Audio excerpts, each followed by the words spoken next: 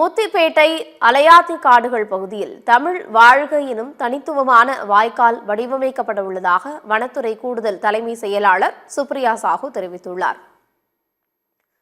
திருவாரூர் மாவட்டம் முத்துப்பேட்டை பகுதியில் உள்ள அலையாத்தி காடு ஆசியா கண்டத்திலேயே மிகப்பெரிய பரப்பளவு கொண்ட காடாகும். இந்த காடு புயல் மற்றும் சூறாவளி காற்றிலிருந்தும் சுனாமியிலிருந்தும் கடலோர கிராமங்களை பாதுகாக்கும் அரணாக விளங்குகின்றன. இந்நிலையில் இதுகுறித்து வனத்துறை கூடுதல் தலைமை செயலாளர் சுப்ரியா சாஹூ தன்னுடைய எக்ஸ் பக்கத்தில் முக்கிய அறிவிப்பு ஒன்றை வெளியிட்டுள்ளார்.